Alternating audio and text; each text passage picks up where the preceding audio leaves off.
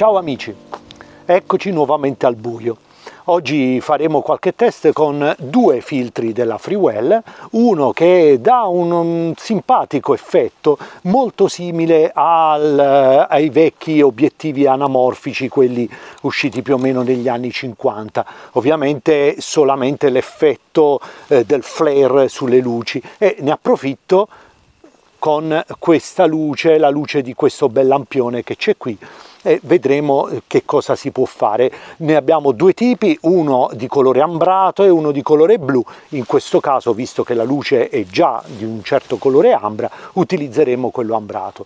Il secondo filtro che utilizzeremo è quello che, come vi ho detto nel video precedente, dovrebbe servire per diminuire, mitigare l'effetto dell'inquinamento luminoso. Nel video in cui abbiamo fatto qualche test con gli scatti fotografici alle stelle si vedeva molto bene che c'era l'inquinamento luminoso proveniente dalla città di Roma, che insomma è a 50 km da qui, ma è abbastanza potente. Vedremo se questa volta riusciremo a mitigarlo. C'è una luna molto bassa, neanche ad un primo quarto, c'è una falce e quindi un po' di fastidio ci darà nelle fotografie notturne. Però ci divertiamo lo stesso, vediamo che cosa riusciamo ad ottenere con i filtri della Freewell.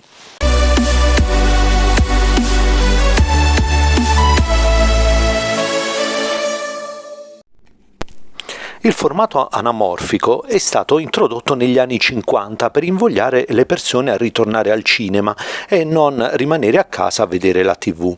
La TV dava immagini 4/3, mentre il formato anamorfico era strecciato e rendeva la scena più coinvolgente, vedendola al cinema, i cosiddetti CinemaScope.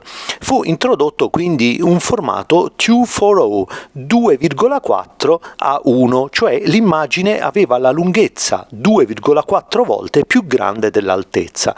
Questo stretch però portava ad un allungamento e ad una distorsione dell'immagine. Un effetto collaterale erano dei flare sulle luci.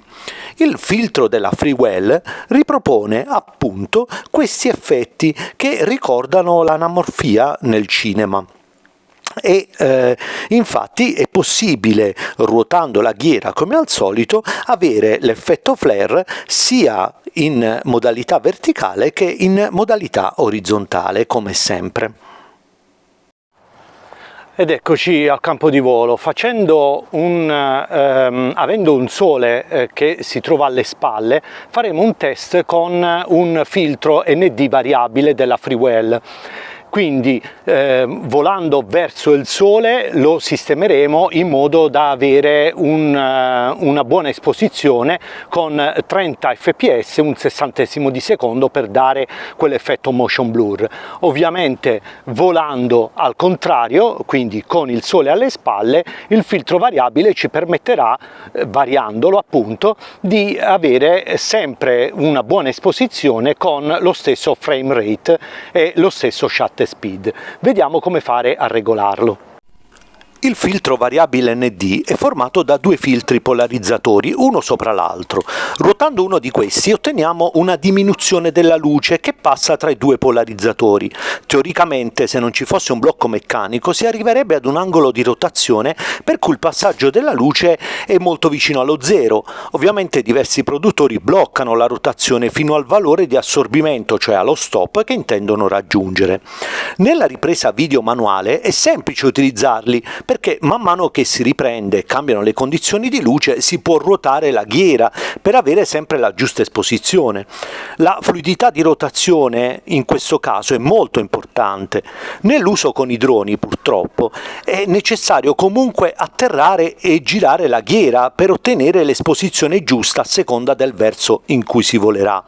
L'unico vantaggio è che mentre si ruota si può osservare l'esposizione sul display senza cambiare tanti filtri. In più, questi filtri della Freewell aggiungono un bel effetto di diffusione della luce. I filtri della Freewell vanno da 2 a 5 stop in meno e da 6 a 9 stop, cioè da un ND4 a un ND512.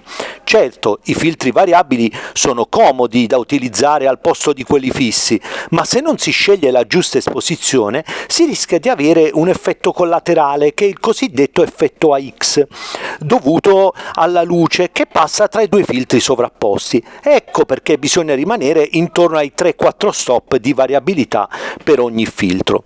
La X è un effetto di differente esposizione agli angoli della ripresa. Comunque ho visto un buon rendimento di questi filtri della Freewell, vediamoli all'opera.